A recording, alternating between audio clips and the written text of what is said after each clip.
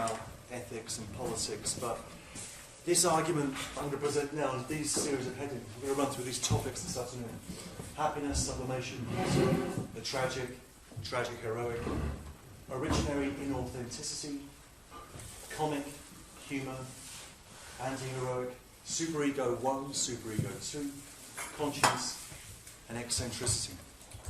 And this builds on what I was saying before we got into Badiou last time.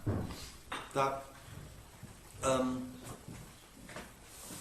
I began with the idea of a motivational deficit and the need to rethink at the level of ethics, the notion of ethical subjectivity, ethical experience.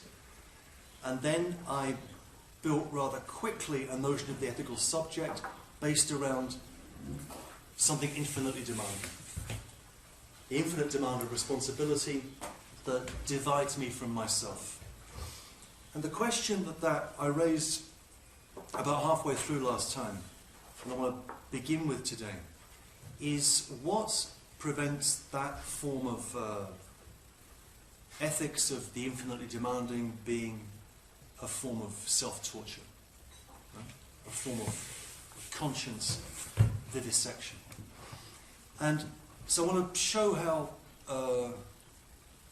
the ethics which I'm arguing for, which is an ethics of traumatic separation, if you like, has a space for aesthetic reparation, and how we might think about that. And the way I think about these things, that leads me to psychoanalysis. And the question I want to begin with is the question of what's demanded in psychoanalysis.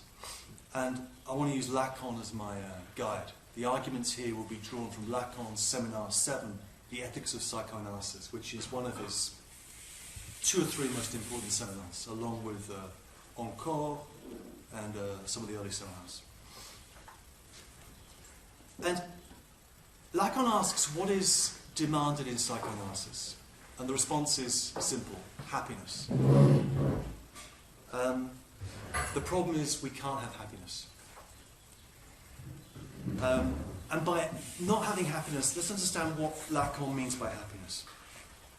By happiness, he means the Greek idea of eudaimonia, which can also be translated as well-goddedness, being fortunate, enjoying the good fortune of the gods.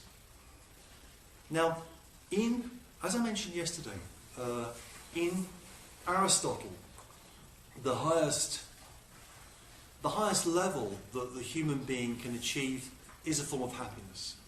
But happiness for Aristotle is a form of contemplative life.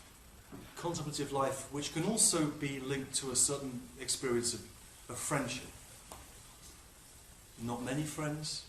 You can always count the number of friends you should have for Aristotle, but friendship, contemplation.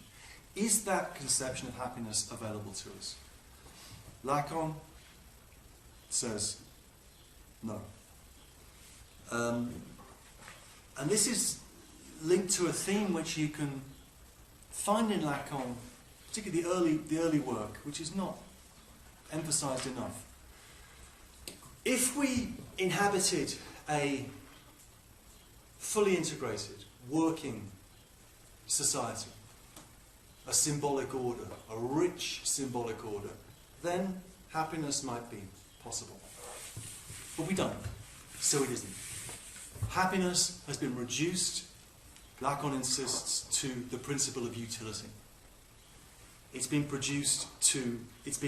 we've gone from an aristocratic Greek idea of happiness, the happiness of the noble soul, to the happiness of the greatest number, utilitarianism, which is playing out significantly in Lacan's work. Some reading of Bentham.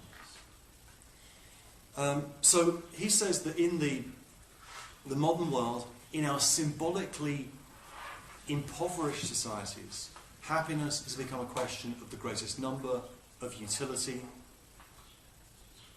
Happiness has become a phrase that you find picked up by various people, Badiou amongst them, the service of goods. Happiness is the service of goods. So there is in a certain Lacan, not exactly a mourning, but a sense of a world having disappeared. Let's say the world that we fantasize was enjoyed by certain Greeks. Given the situation that we're in, what possible happiness does psychoanalysis offer? The person that comes into analysis and says he's demanding happiness, what can we offer him or her? And the answer again is clear. It's not happiness in that ancient sense, it's sublimation.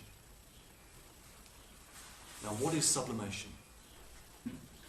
The concept of sublimation in Freud is never really worked out adequately. There's a lovely remark where Lacan says in a text on Marguerite Duras that sublimation is something that still confounds psychoanalysis because in handing down the term to them, Freud's mouth remained sewn shut. Sublimation is, as it were. And Laplanche and Pontalis, in the vocabulary of psychoanalysis, considers the lack of a theory of sublimation a significant absence. There are theories of sublimation. There's one by a student of Heidegger who was an analyst who was a very important figure sort of in the States in a sort of marginal way. Hans Lerwald, who was like Jonathan Lear's analyst, he was analyst of all sorts of prominent intellectuals. He defines sublimation as passion transformed. And that's not bad. Passion transformed. So, the issue is that if we, as it were, enter the situation of analytic work with suffering, right? That's where we begin. Suffering. A suffering which, for psychoanalysis, arises from a number of phenomena. Most importantly, inhibition. Right? It's inhibition that still tortures us. How do we break that down? How do we stop hating ourselves? How do we transform that passion into something else? Sublimation is going to be an answer to that. This is where we're going to come to the question of the superego later on, but let's just leave it at that. But if we say that, you know, if we're good neurotics, as most of you, I'm sure are, then you enter, your basic predisposition is towards inhibition and self-hatred. Self-loathing, lack of worth, I'm a worthless piece of shit, I do not deserve to live and breathe, certainly don't deserve to teach philosophy. Someone's going to come in my office and say the game's up, off you go. This is the basic. This is my basic. I still think that's going to happen, right? Someone's going to, you know, knock on the door and say, Simon, look, you know, you've got away with it for 20 years. It's time to go back to the factory and do what you should have been doing. Are you at Middlesex? Okay, I was very nearly at Middlesex, actually, funnily enough. I've got stories about that. I know all those people. Yeah, it's crazy. If I was in Britain, the game could well be up. Anyway, how does one? And the agency that is telling you you're a worthless piece of shit is the superego in Freud's topography. Before he uses the notion of superego, which again, like all of these translations of Freud in English, has a certain technical ring which is not there in the German. In the German, it's just über ich. It's that agency which stands over the I. It's what stands over me and says, you are a worthless piece of shit, Simon, how dare you live and breathe. The term that Freud uses before he introduces the über ich in the early 20s is conscience. So another way of putting the question is, how do we deal with our bad conscience? Sublimation is going to be an answer. In his little paper on narcissism, Freud defines sublimation as satisfaction without repression, which is a mysterious formulation. The sublimation is the satisfaction of a drive insofar as that drive is deflected from its aim or goal onto a new object. Freud has a theory of the drive, right? And the drive has a number of components. It's got something to do with the body, that's a source, about which Freud says we can say nothing, that's a question for biology. There's a pressure that the drive has, I feel the drive for hunger or sexual desire. The drive has an aim, it tends towards something, and it has an object that aim aims at. In the case of the neurotic, that object can take various forms: self-loathing, compulsive forms of addiction, self-destructive behaviour, inability to arrive early for class or to meet deadlines, to write papers, to finish dissertations. Because you are a worthless piece of shit. How could anything you say possibly have any value? Right? That's the phenomenon of inhibition. It's very real in that sense. And we all suffer, apart from the psychotic, who throws it off. And then Freud says we can't analyse psychotics. Lacan has a different view of that, but we could come to that. It's a very interesting question. I'm very interested in psychosis. Schreber has no inhibition. He knows that God needs to turn him into a woman in order to be penetrated by his rays and to redeem the universe. No guilt for Schreber. But we're not psychotic.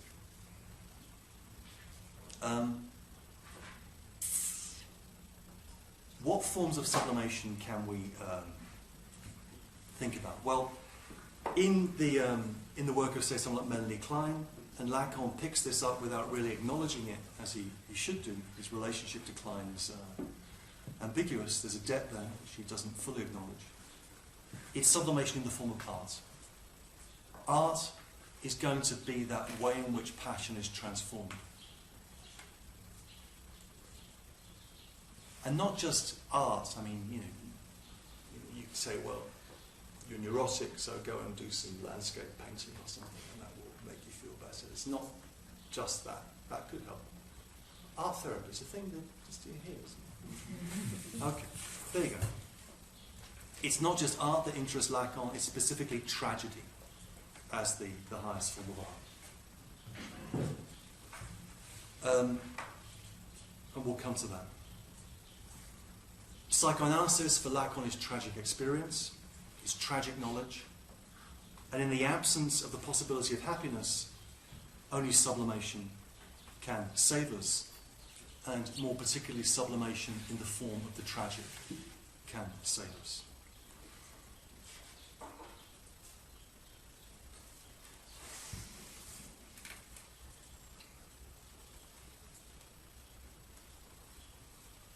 What is the task of psychoanalysis? Well, if we can't get happiness, then we can sublimate, and maybe Lacan will say, psychoanalysis will give us we'll be able to organise some relationship to our desire, our unconscious desire.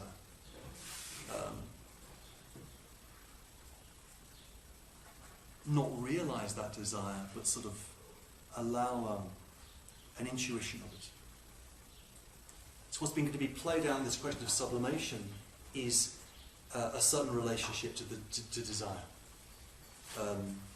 We'll see how that plays out in a second in the figure of Antigone.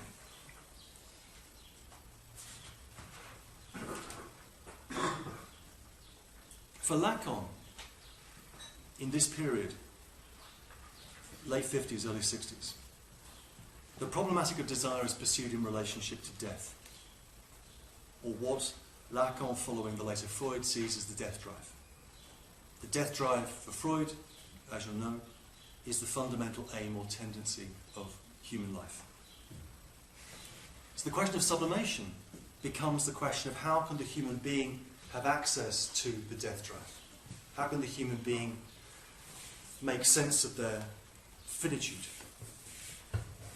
How can the human being approach, and this is Lacan, it's not me, the reality of the human condition, he says, the reality of the human condition.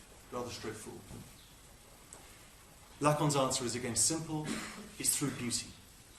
Beauty is going to be the way in which we achieve a relationship to desire, insofar as desire tends towards death.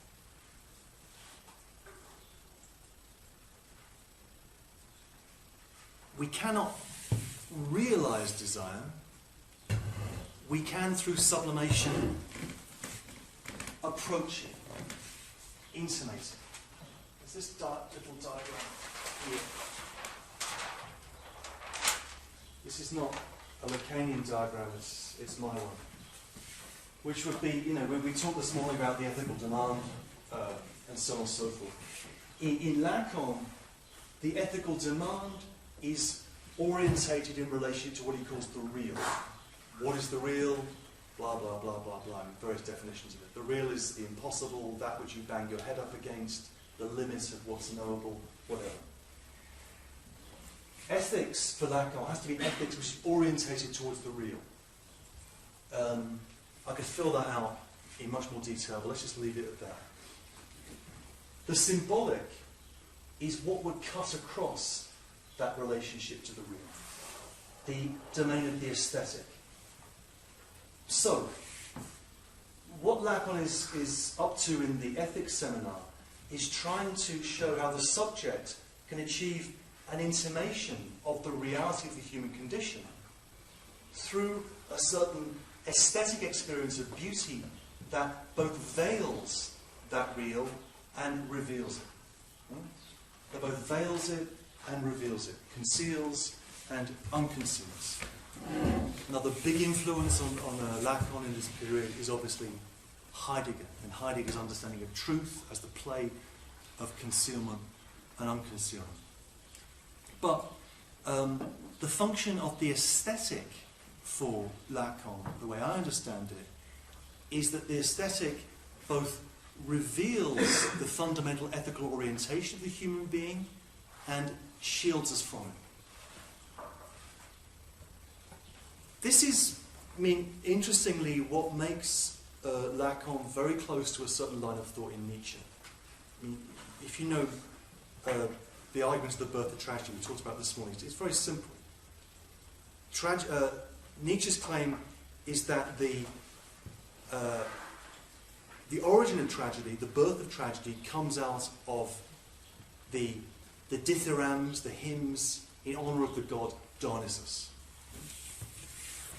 The Dionysian is what he calls in the birth of tragedy, the womb of being. If we had direct access to the Dionysian, it would destroy us. It would eliminate us. We couldn't dare to live. What tragedy provides for Nietzsche is a kind of screen, a kind of aesthetic veil laid over the Dionysian, which both gives us access to it and conceals it at the same time. In the way Nietzsche describes it in The Birth of Tragedy is to say that the work of tragedy is beautiful appearance, schöne Schein, literally the shine of objects. In English, shine. And that shine of objects, that beautiful appearance, both reveals the womb of being, the Dionysian, and conceals it from us. If we had direct access to the Dionysian, we'd be wiped out. And Freud engages in this rather sort of 19th century Germanic anthropological fantasy of societies that would not have the Apollinean, just have a pure access to the Dionysian. And he said there would just be mass suicide. People, once they saw the ground of human existence, would just top themselves. And this brings us, to go back to Lacan, to the figure of Antigone. Antigone, who is the heroine of psychoanalysis. What is Antigone up to? Again, Lacan is very clear. Antigone is the figure for the beautiful.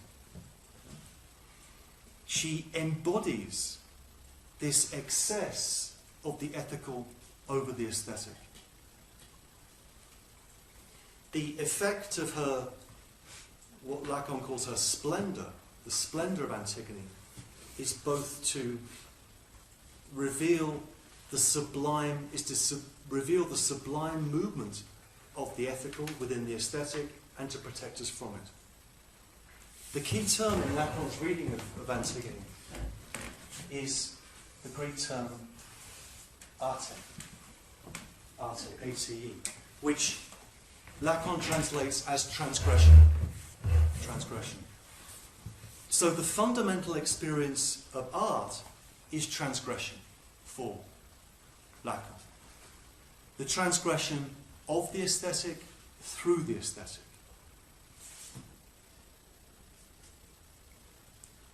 Antigone transgresses the utilitarian laws of the city, the laws ordained by Creon,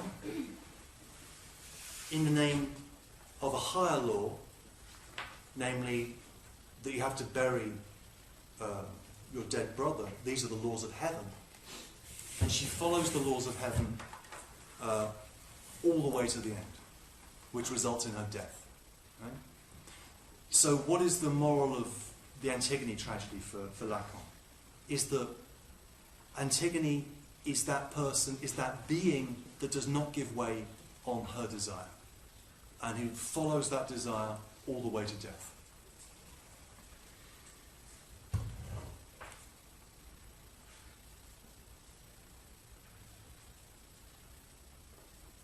So the beautiful work of sublimation, and Antigone is this work, the figure of Antigone. She is the beautiful for Lacan. Takes the human being to the limit of a desire that cannot be fully represented.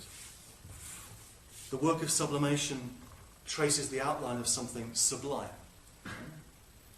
Another way of thinking about sublimation, sublimation is both that transformation of passion, but it reveals something sublime.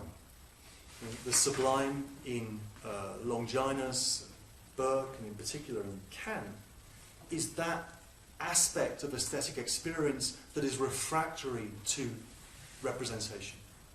It's that experience of excess. The sublime is the overflow of the aesthetic by something else. You know, Burke thought it was the Alps or a raging sea. Kant is much kinkier. He thinks it's the moral law which is sublime. Right? Forget all this stuff. Right? It's the law that I give myself that's sublime. Sublimation is the way in which the aesthetic object is elevated to the dignity of a thing. So Lacan writes in Seminar 7, the most general formula that I can give you of sublimation is the following. It raises the object to the dignity of the thing.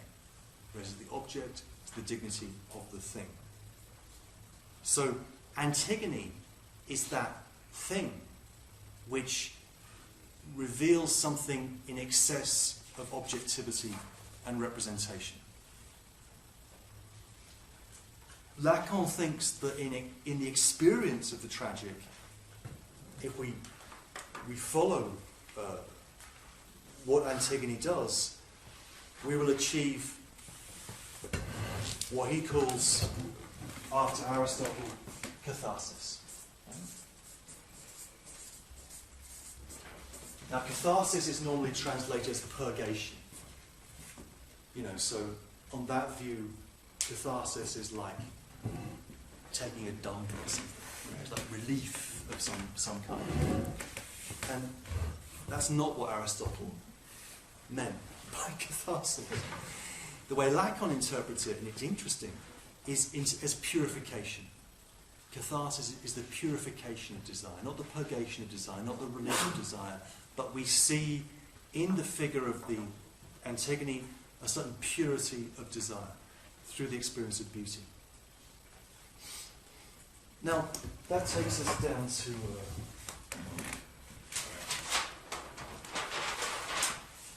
ideal.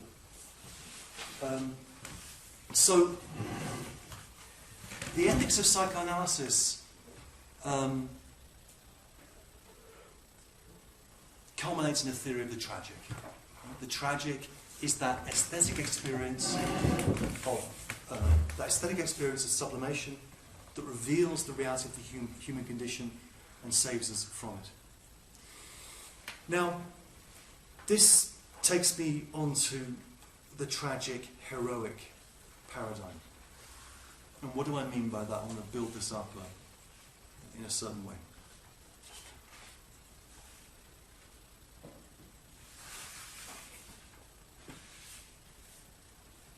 I mean, I don't know how familiar or unfamiliar this stuff is, but the aesthetic as a category finds its radicalization, fundamental modern experience, obviously after Kant's critique of judgment. And what is immediately picked up in the 1790s in the German-speaking context is the idea that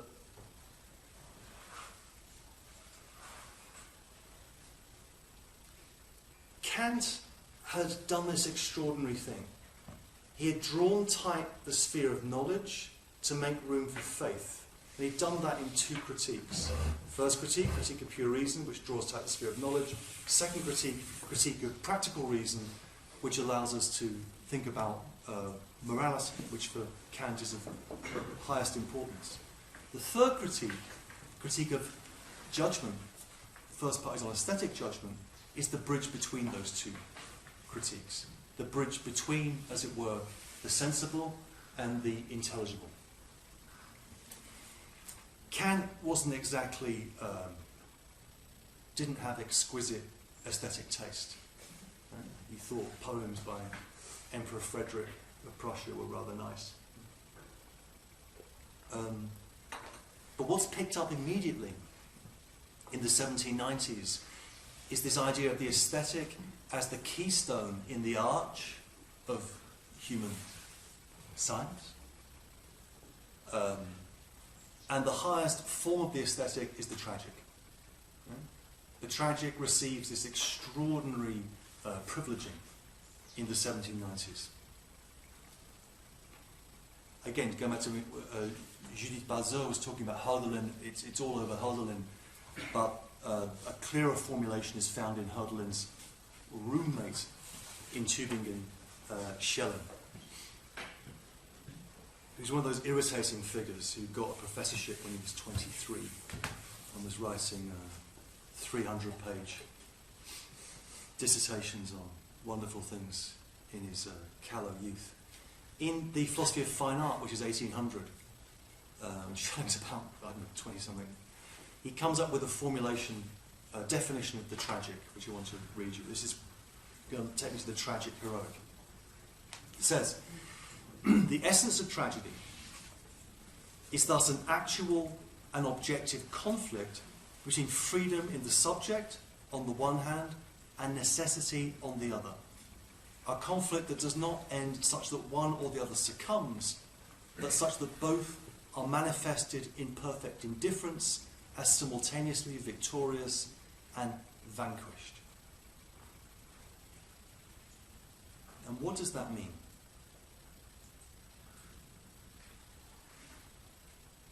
The example, of course, is Oedipus, right? Which, of course, was the example for Freud. Oedipus, at the beginning of Oedipus, the king, is defined by necessity. Right? He's killed his father, he's sleeping with his mother. The marriage bed is a nest of incest. That's necessity. And the law of necessity will have its way for the Greeks, inexorably. Freedom, and at the beginning of the play, Oedipus is very happy. Right? He's, I'm the king, I solved the riddle of the Sphinx, I sorted things out for you, so what's wrong? I said, well, there's this, corruption in the city, there are things going badly wrong, there's a plague, we don't know what the cause is.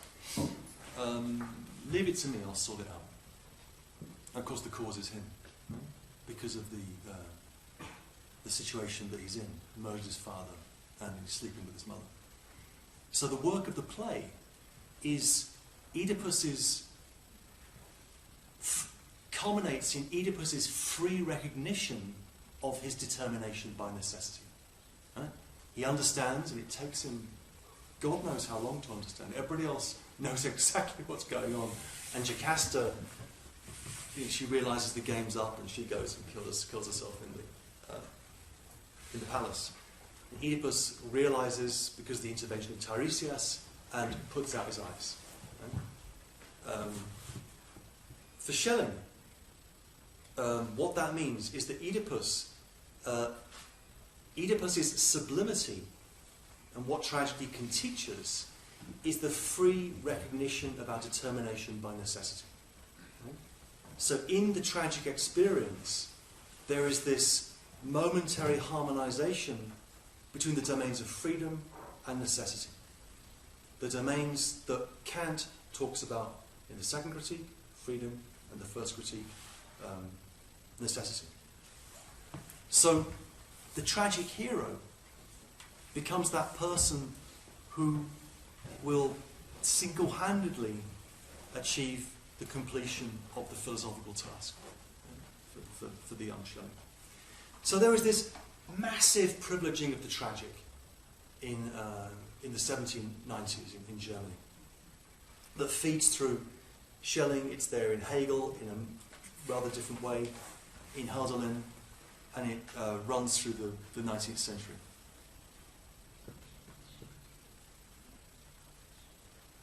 The Antigone Complex, right? The obsession, mostly by male philosophers, with this idealized figure of the feminine. The eternal irony of the community, as Hegel calls it, in the phenomenology of spirit. Now, my point in mentioning that little bit of history is to show that Lacan is tributary to that massive privileging of the tragic. And that's why his model of sublimation, his answer to the question of happiness, takes the form that it does.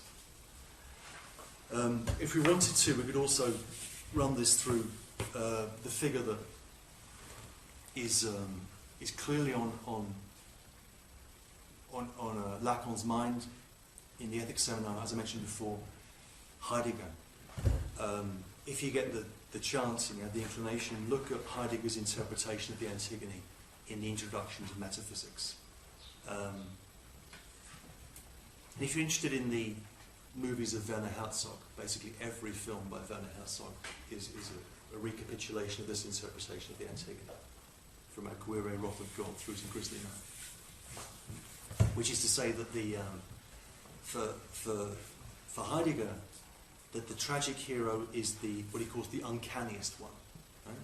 The one who leaves the city, the polis behind, who becomes uncanny and transgresses the laws of the city, and who holds themselves out into what Heidegger calls nothing. Hold themselves out into the nothing in the name of authenticity, their being towards death. And this leads to two things for Heidegger: ruin and disaster. Right, so the tragic hero is that person who is the uncanny one, holds themselves out into the nothing, and it leads to ruination. Timothy Treadwell in Grisly Man. He says, this imbecile, this delightful imbecile, who eventually, approaches the real of the grizzly bear, right, and is eaten by the bear. Right? The real, as it were, has teeth and can eat you up. Or again, Aguirre, Wrath of God. Or again, Caspar Hauser. All these movies by Herzog play with this theme.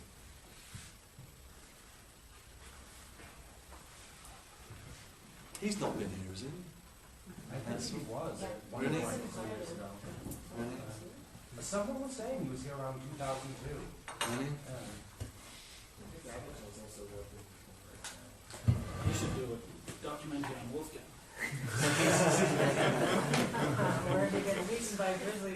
The Wolfman.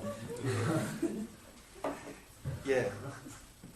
No, I was reminded of him when I was in the on vacation, because he's got this. You know, he was asked, you know, why he used to make these movies in the jungles, because he liked the jungles. He says, "No, I hate the jungle.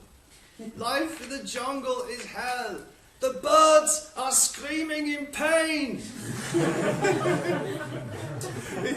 Or in the ocean. Imagine living in the ocean, being a fish. It would be awful. Every minute you think you were going to be eaten. So by going to the jungle or whatever, it's not that there's no romantic idea of nature in Herzog. There's this idea of nature as fundamentally indifferent to us and a destructive reality, which we approach. If we approach too closely, we're gone, like dear old Timothy Trevor. Okay. Back to Antigone. Antigone is the heroine of psychoanalysis. She who does not give way on her desire, but who follows her desire all the way to her death. And what you find in Lacan is the psychoanalytic extension of this German philosophy of the tragic. Is that a tendentious reading of Lacan? It's a partial reading. It's a reading that can be qualified. It's a reading, oddly enough, that Slavoj agrees with in his book On Belief, but then qualifies it by saying that later Lacan's something else. And that's maybe the case. But it's that's the picture I want to lay out. Now, what's wrong with this tragic paradigm? So we've gone through happiness, sublimation, form of beauty, and the form of beauty is the tragic. And by tragic heroic, I've explained that. By tragic heroic, I mean that the tragic hero is that person who achieves a unification of freedom and necessity and achieves a momentary authenticity. Right? So there is, if you like, I mean, going back to what Badju was saying last night, a moment of resolution here in aesthetic experience, which maybe is what Wagner's about. And Wagner's attachment to this tragic paradigm is obviously faithful. Okay. So my problem with the tragic paradigm is that it distorts human finitude by making the subject too heroic. So heroism is the achievement of authenticity in the relation between action and desire, in the experience of being towards death.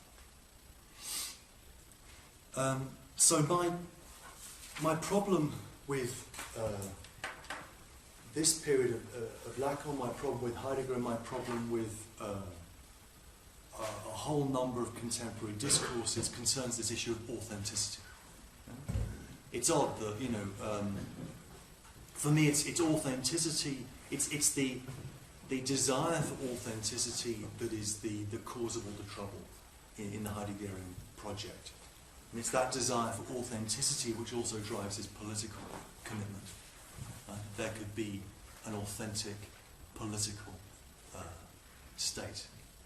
That's what Heidegger, the philosopher, in his idiocy, thought he saw in the phenomenon of National Socialism. It would be that political form that achieved that genuinely took on the confrontation between the human being and technology in a way that would resist the pincer movement of Americanism on the one hand and Bolshevism on the other. And the location for that would be Germany. Right? The buffer between these two dreadful forces on either side. That's the Heideggerian, as with the worst of the Heideggerian picture. But funnily enough, authenticity has come through that more or less unscathed. So you find thinkers like Charles Taylor writing in praise of authenticity. Authenticity is generally seen as a good thing, as a noble thing. I see it as extremely dangerous, to use Adorno's term, jargon, which needs to be deconstructed. I want to argue for what I want to call originary inauthenticity. Originary inauthenticity. And I'll explain that in relationship to the phenomenon of humour. But let me just put it as we're formally to start off with. Originary inauthenticity is the idea that at the core of human experience opens in relationship to the facticity of an ethical demand that I cannot fully comprehend and to which I'm not adequate.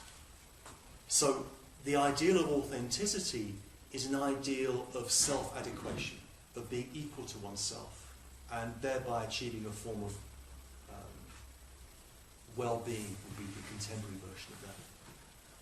If you just go authenticity into Google and start to look at the way that discourse, the discourse of authenticity plays out in contemporary forms of therapeutic discourse, it's fascinating.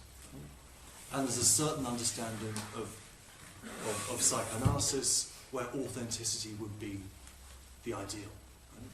What we have to do if we're poor, suffering human beings at odds with ourselves is to achieve an integration, an integrated ego. Right? Can you repeat your definition one more time? Sorry. Of authenticity. Originary inauthenticity. So original authenticity is let me put it another way, a better way. And I'm leaning very heavily on Heidegger here, but a certain weird reading of Heidegger which I'm keen on. The idea that what it means to be human is to be constituted by the weight of what Heidegger calls facticity. That's namely our everyday fallen life in the world. Right? The idea of authenticity is the idea that I can momentarily throw that off or achieve some mastery of it.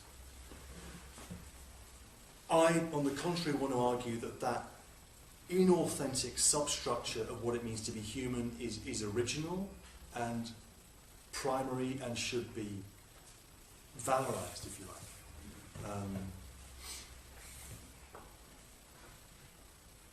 We have to celebrate our inauthenticity rather than delude ourselves with dreams of authenticity. And that's what I'm going to claim humour can give us an intonation of. So my question to the tragic, heroic paradigm is very simple. Might there be other ways of sublimating ethical experience than tragedy? More specifically, might there be forms of sublimation that express a less heroic concept of the ethical subject? And again, my problem with Badiou is his emphasis on heroism. Right? Came up last night. It comes up repeatedly in his discourse. It's a reclaiming of the discourse of heroism. In a debate that we had, which is on which I could talk about, that came up as an issue. I had problems with that heroism. More specifically still, might not humour be one of those forms of non-heroic sublimation or less heroic sublimation? It's the picture of human finitude that I want to propose. Shouldn't be thought of in terms of tragic affirmation, but more in terms of what I want to call comic acknowledgement. I want to try and get away from a certain discourse of affirmation and towards a discourse of acknowledgement. What does that mean? We have to acknowledge both the ubiquitous and overwhelming sense of our finitude, our life in the world, but also recognise its ungraspability and its unmasterability. There is no way I can freely assume the ethical demand like Schelling's Oedipus. It always exceeds me. So my global claim is that humour is the prime expression of inauthenticity. Humour is the prime expression of inauthenticity. Humour, and I'll try and make good this claim in what follows, humour is a more minimal, less heroic form of sublimation that allows human beings to bear the weight of the ethical demand without being crushed by it, without that ethical demand turning into self-hatred and cruelty. So what do I mean by humour here? Let me try and build up the case a little bit.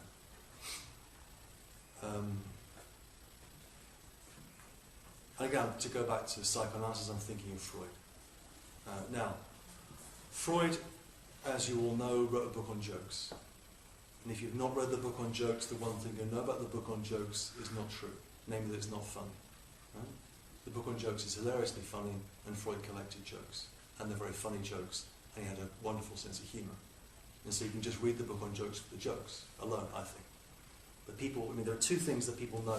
There are two fundamental texts on the comedic and laughter and jokes, Bergson and Freud. And the one thing people will say about them is that they're both not funny. It's untrue in both cases. In Freud's case, they're hilarious. He writes that in 1905, Jokes and Their Relation to the Unconscious. And in many ways, it's a beautiful book to focus on in Freud, because he, the interpretation of dreams, which is a more important work, no doubt, Freud kept tinkering with it, couldn't leave it alone. Published in 1900, he kept going back to it again and again, adding footnotes, digressions, enlargements, whatever. Makes it a very difficult book to read. You can't really see the structure of it anymore. It's a mess in places. The joke book he never touched. Has a beautiful tripartite structure, analytic, synthetic, dialectic. It's a very neat argument. It's very economically argued with tons of good examples. A model of good writing, as Freud always is, particularly when read in German. So he leaves the topic alone until 1927, and he writes an essay on humour. Now, why is that interesting? If we take the phenomenon of, I can do this here, the comic, jokes have a relation to the unconscious. So, what's going on in the work of the comic when it comes to jokes is unconscious repression. So if I go to the Metro bar with you tonight, have a few drinks, and then I start making, homophobic joke after homophobic joke for half an hour, and your laughter turns to strained worry. Simon really has a problem with homosexuality that he needs to come to terms with. That's Freud's intuition in the 1905 joke book. Right? Jokes are symptoms of repression. So the joke has to be read as the cipher of that repression. The joke has to be read against itself, right? Very important insight. But that's only part of the story. The other part of the story, which is, for me, more important, is the question of humour. I'll spell it the American way to be diplomatic. English way, the American way. It's the German way as well, so it must be right. And just leave that for a second.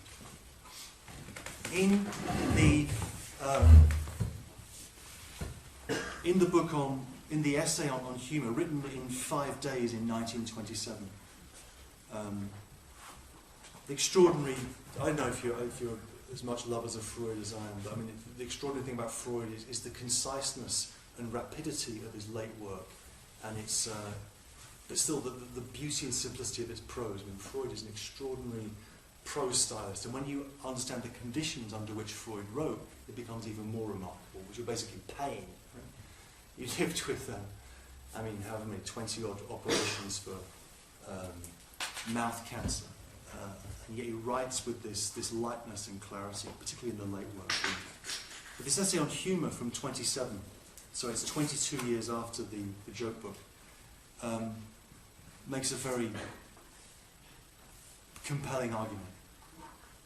And as always in Freud, the impact, the impact of this essay, in many ways, has been less than to be hoped for in the English-speaking world, but was picked up immediately in France, or picked up very quickly in France. So André Breton, the great surrealist, when he puts together the anthology of Humour noir, what we can problematically translate as black humour, right? Which is like the concept of film noir, right? It's one of those French concepts which is used to define an American phenomenon as film noir. Humour noir is the first, when Breton is thinking about that, he thinks about this essay of Freud. So immediately, this question of humour plays out in relation to surrealism in a very interesting way. That's one thing. But what's going on in this little essay?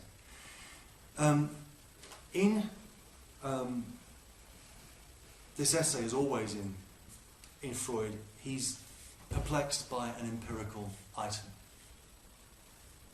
The empirical item is a joke. The joke is the following. It's a famous joke. A criminal who's being led out on the morning of his execution. He leaves his cell, walks into the courtyard, sees the gallows ahead of him, waiting for him, looks up at the sky and says, "Well, the week's beginning nicely." Na, die Woche fängt gut an. Well, the week's beginning nicely. Freud asked himself, why is this funny? And what sort of funny is this?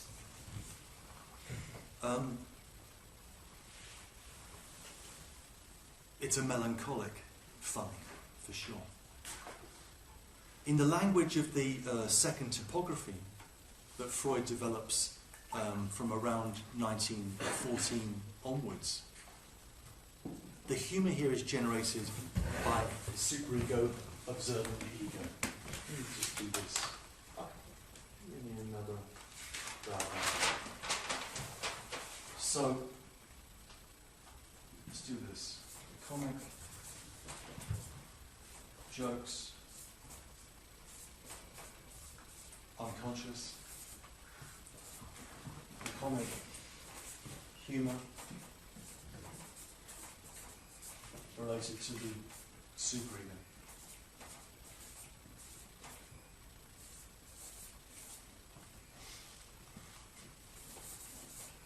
So that in terms of Freud's late theory, what goes on in humour is the observation of the ego by the superego. The observation of the ego by the superego.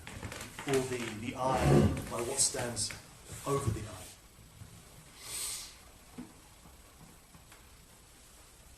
So, in the case of the joke, the condemned man who is going to die, the ego is going to die, looks at himself from outside of himself and finds himself ridiculous.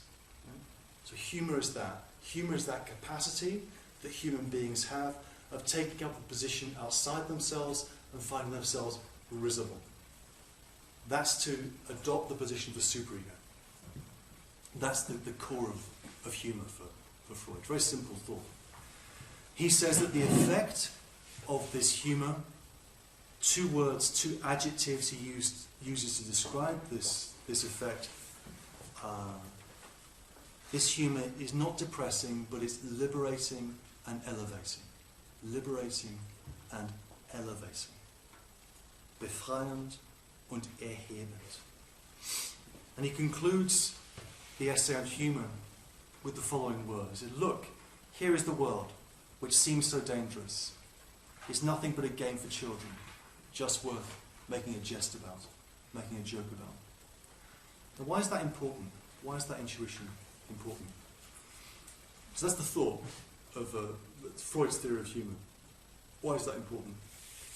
Well, I want to just place that in the context of Freud's thought in his seminal essay from 1915, Morning of Melancholia. which of course is misnamed. It should be called Melancholia and Mania. It doesn't really deal with mourning that much, just get in the first couple of pages. Now, the key insight that inaugurates the originality of Freud's late work, and this is what Badiou is banging on about, which he takes from Lacan, is the splitting of the ego. The fundamental insight is the splitting of the ego. And this is what takes place in the analyses of narcissism and melancholy. How does that work? Freud asks in Mourning and Melancholia, if mourning is the response to the death of the beloved, then to what is melancholy a response, given that there is no one has died? Right? So the phenomenon of mourning is simple to explain. I was in love with my partner, my whoever. They're dead. And the absence of that love object, as Freud would put it, causes mourning in me. Right? And I mourn. This is what Freud calls normal mourning. Difficult term to accept in many ways. And he says that normal mourning produces a disaffection with the world, a disaffection with oneself. This lasts a certain period of time, and then somehow one is able to overcome it. It's this extraordinary remark where he says, by taking flight into the ego, love is able to escape extinction. By taking flight into the ego, love is able to escape extinction. So the love that I had for my fish is gone. No, I suffer mourning because the fish is dead. Right? But through the work of mourning, I internalise the fish. And I have happy memories of my fish. Maybe some photographs of me and the fish, in a bar, hanging out or whatever. And I think about the fish fondly after a certain period of time. Not joyously, but fondly. That's normal mourning. Melancholia has the same structure, but there's no object that has been lost at all. In melancholia or depression, nobody's died. So what's the problem? Exactly. Or what's the object of melancholia? In melancholia, it's not the... I do not experience mourning in relationship to someone I've loved. I experience mourning in relationship to myself. Right? So melancholia, the object of melancholia is the ego, right? Is me. And what this means, this is the insight, is that there is a splitting of the ego between itself and a critical agency that observes it. This is what Freud will call the superego. In the 1915 essay on Mourning and Melancholia, he just calls it conscience. Das Gewissen. Conscience.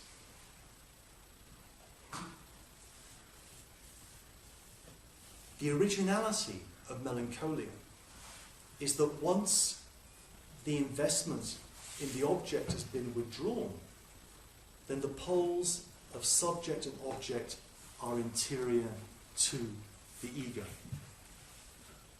They're poles of a splitting in the ego, where the ego becomes the object that is hated and treated sadistically.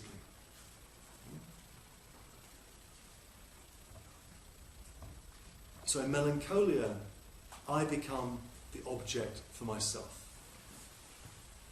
And that object depresses me. I depress myself.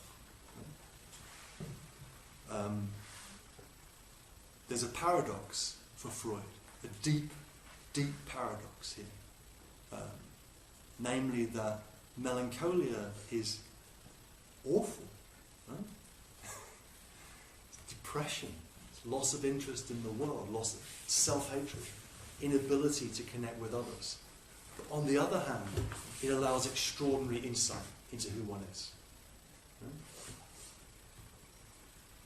what is melancholia? Melancholia in Greek medical theory is the black bile, the excess of the black bile, the melancholia. Aristotle thought that the excess of the melancholia was the fundamental characteristic of great men. Right?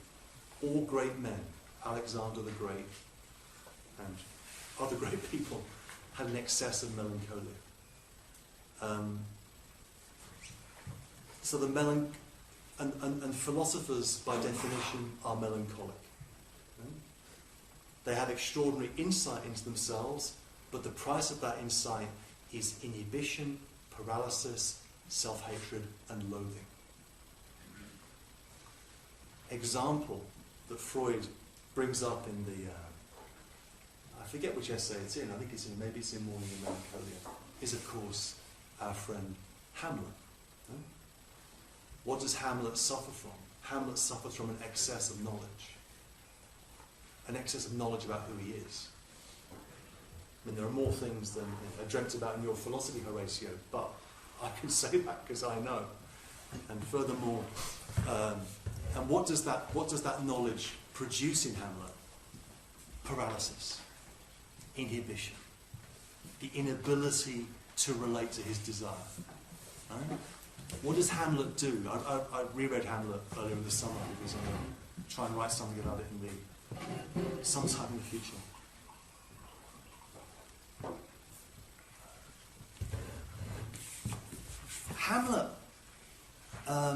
Hamlet never assumes the place of his own desire. Right? Hamlet assumes the place of his father's desire. The ghost appears. Right? He goes off and does that weird thing in the woods with the ghost, no one else sees. And he comes back and he assumes the father's desire, which is to murder that fucker Claudius who's sleeping with my mother. Right? He's going to get it. Then the other assumption of desire is the place of his mother. Right? If you look at the dialogues between Hamlet, and they're very instructive particularly if you're a male and you have a relationship to your mother, you should read the dialogues between Gertrude and Hamlet. They're incredibly revealing. And Hamlet cannot assume the place of his desire. All that he can assume is the place of her desire. And the ghost says to him, "Oh, Hamlet, come between her and her fighting soul." What a line. Come between her and her fighting soul. And he tries to, but he can't. And then with Ophelia, right, his love object, he also tries to assume her place of desire. So Hamlet is constantly displaced onto these different objects. He knows too much, and the consequence is a collective paralysis that is only relieved how? Well, when the actors turn up. The merry troupe of actors turn up in Elsinore, and think, okay, a play. Let's do a play. That's the thing that will catch the conscience of the king. Right? We'll do that. We'll call it the Mousetrap. Let's call it the Mousetrap. That would be good. And then, so Hamlet again cannot assume the place of his desire, but assumes the place of his desire through a theatrical representation where it's played out in a second-order way. He's going to be bumped off, taken to England, where you get bumped off. He somehow miraculously comes back, and in Act 5 is sort of changed. But we're not quite sure what happens. Hamlet in Act 5 seems to be mellower. Something seems to have happened. And eventually he does kill Claudius, but it's sort of by accident. You know, can't quite do it. So, what's the point of that? I mean, Hamlet is the melancholic, and melancholia is this excess of insight and an excess of suffering, and the two things are inextricably linked. To go back to Freud, well, let's go back to Freud, and then another example that I think is really interesting. What is the Freudian understanding of suicide? The Freudian understanding of suicide is not that I kill myself, but I kill the hated other that I've become. No? So what happens in suicide is not that I kill me, it's that I kill that worthless piece of shit that is there, that I can look at from a certain standpoint and denigrate. It's that doesn't deserve to live. Right? That's to take up the position of the superego. Or an example that Freud doesn't use, but I think is fascinating, the phenomenon of anorexia. Right? In anorexia, there is this splitting of the ego in relationship to the image of oneself. Right? The image of the body that is objectively, let's say, dying of hunger, and yet still perceived as too fat. Right?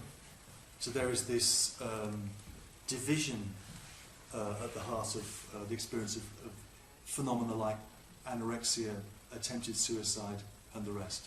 Which again, the cost of that, I mean, the flip side of that is massive intuition, extraordinary intuition into who or what one is. That's melancholia. Let's put that there for a second. The escape from self-hatred in mourning and melancholia lies in the counter-concept to melancholia, which is mania. So, let's just put... Oh, it's mania. Why I'm writing that on the board, but there we are. Mania. The most remarkable thing about melancholia, Freud says, is its tendency to switch round into mania. In his 1915 essay, he wrote these essays because it was the First World War and he was short of patience, so he had time on his hands. Right? In the essay on instincts and their vicissitudes, the fundamental experience of the drive for Freud is characterized by ambivalence, ambiguity, the ability that drives have to switch over from one side to the other, sadism to masochism, voyeurism into exhibitionism. And he gives these, and hate and love, he talks about, comparing them. Melancholia switches round into mania. But they're opposed manifestations of the same complex. The only difference is that in melancholia, the ego succumbs to the complex, whereas in mania, it just pushes it aside. So in melancholia, I submit to the fact of who I am. In mania, I triumphantly, exuberantly exceed it. This is Freud's explanation of alcoholic intoxication. Right? What's going on? What is the, as it were, the logic of the phenomenon of intoxication? It's the desire for mania. Right? So if you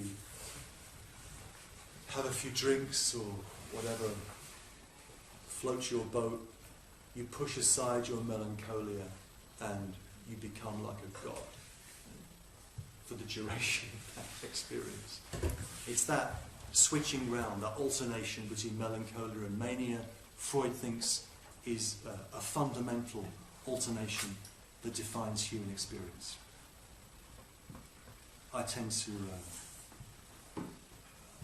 agree with that. Freud says this is in the essay on humour, to go back to that.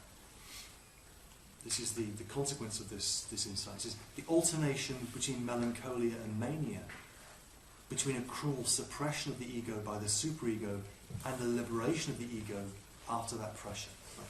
So it seems that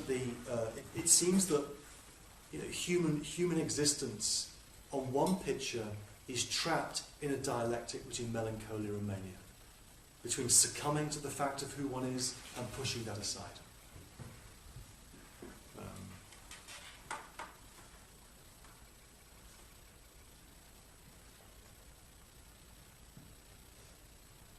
It's an interesting fact that the choice of people's dissertation topics or the choice of their hero figures often reflects either the manic or melancholic aspects of who they are. It usually reflects the opposite of who they are. Just pay attention to that. You wouldn't believe, I'm a Levinasian, right? You could say. Why? Because I'm about as far from a Levinasian as you could possibly be. So I find it an enormously attractive position to try and occupy. And I constantly fail to do it. Deleuzian affirmation guys, right? Miserable for the most part. Obsessional, inhibited, or Nietzscheans. I mean, they're the most un-Nietzschean people you can possibly imagine. So what one's attracted to, as it were, theory choice, is something that one is not. I mean, it's just an interesting phenomenon over the years. If you think about, anyway, you can forget about that.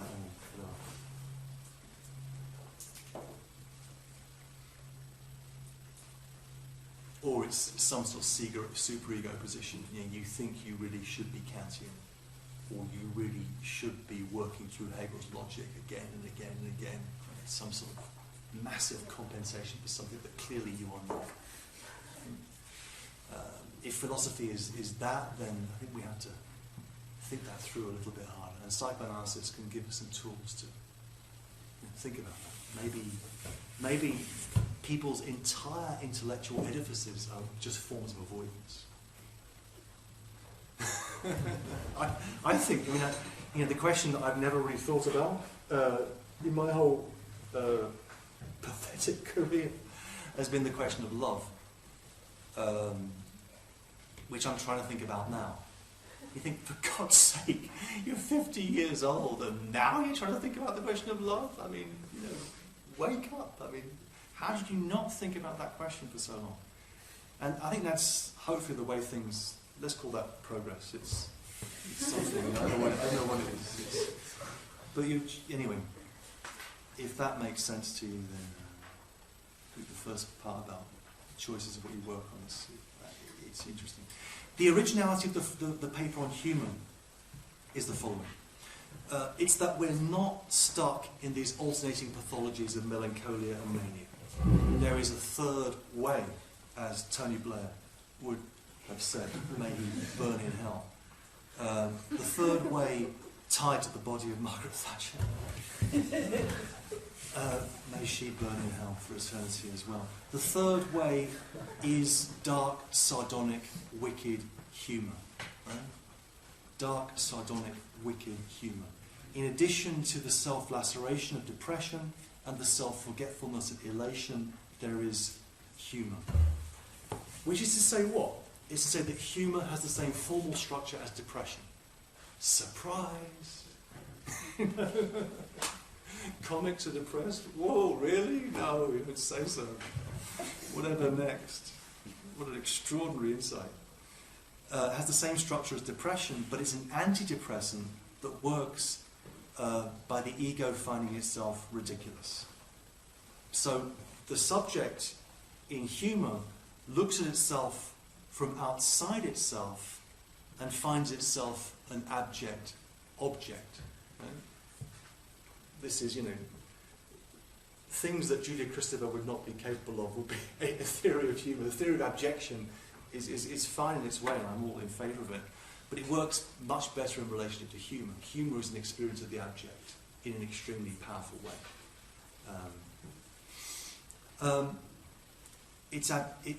But instead of weeping bitter tears, the humorous subject laughs at itself and finds consolation of a kind.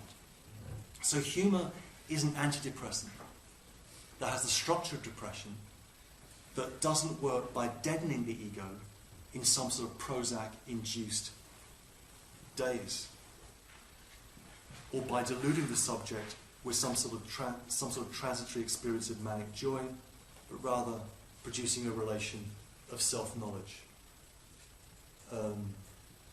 You could build a whole theory of recreational drugs into this analysis if you wanted to. If you didn't want to, that's your choice.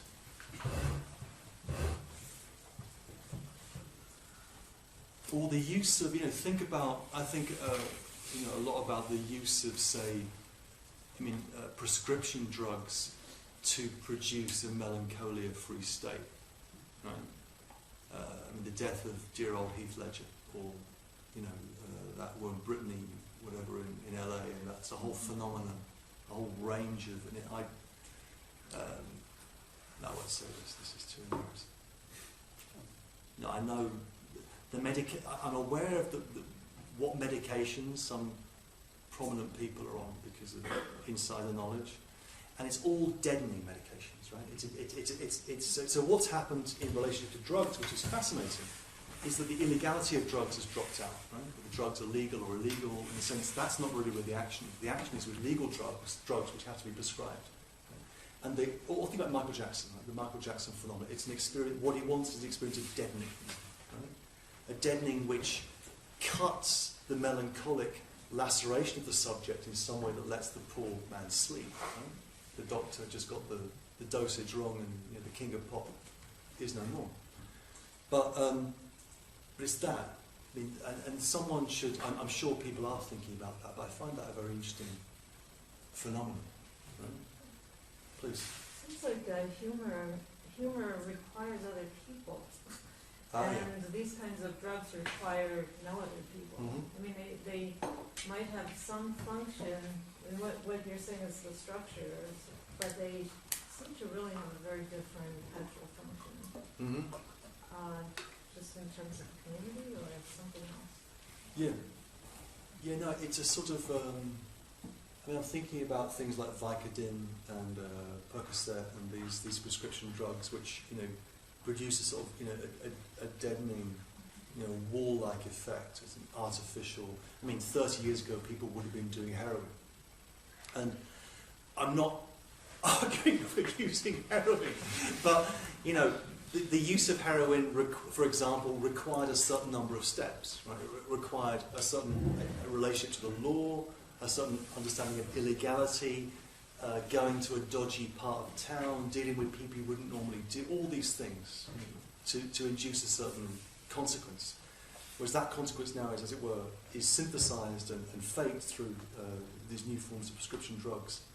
And I find that, so if in a sense, there is a sort of, a culture of depression that we inhabit, a culture of melancholia. And what is sought as the way out of that is a deadening blank screen, which it's not even mania, it's something, mania would be something else again. Mania, the way Freud's thinking about it, is the sort of swelling up of the ego, where, you're everybody's friend, putting your arms around people, and, it's great. This is again, is much more solipsistic. So maybe we need to think about that, give a phenomenology on it. Of course, the hero here is our friend Samuel Beckett, and Beckett, who is a wonderful example of the sort of humour I'm talking about, says the following thing. This is from his novel he wrote during the war, just to keep his hand in. He said, "Oh, what?" And in what he writes, the bitter, the hollow, and ha-ha, the mirthless. The bitter, the hollow, and the mirthless. The bitter laugh laughs at that which is not good. It is the ethical laugh. The hollow laugh laughs at that which is not true. It is the intellectual laugh. Not good, not true, well, well. But the mirthless laugh is the dianoetic laugh, down the snout. So, it's the laugh of laughs, the risus purus, the laugh laughing at the laugh, the beholding, the saluting of the highest joke, in a word, the laugh that laughs, silence please, at that which is unhappy. So, as it were, the pure laugh is the laugh that laughs at the laugh and laughs at that which is unhappy. And if you think about that in relation to, say, Beckett's trilogy and many of the plays, you can sort of see, I think, the power of that. So the pure laugh, Beckett calls the pure laugh, the risus purus, is the laugh that laughs at that which is unhappy. Well, the week's beginning nicely. In the absence of Aristotelian happiness, in a world where happiness has been reduced to the maximal satisfaction of transitory inclinations. I think it's in practices like humour that we find an experience of non-delusory, non-desultory, and non-heroic sublimation. I think that humour, in that sense, is of huge importance. It's what recalls you to the modesty and limitedness of the human condition. A limitedness that doesn't call for tragic affirmation, but comic acknowledgement. Right? Which, of course, is more tragic than tragedy. When tragedy ends, right? There's a death, sometimes a whole stage full of bodies, like in Hamlet. You know, as Woody Allen says, comedy is tragedy plus time, right? Meaning that in comedy, tragedy goes on. There's no death. You think you've squashed, Wile E. Coyote or Jerry, and he springs back to life. Is that joyful? Well, partly, but it's insufferable. Another level. It's the so the comedic life is a life that won't end. In comedy, everybody lives, but it's not a happy ending. It's a sort of unhappy ending, which we can acknowledge. Acknowledge. And I want to explore that thought in a little bit more depth after the break in relationship to. I'll see where we are on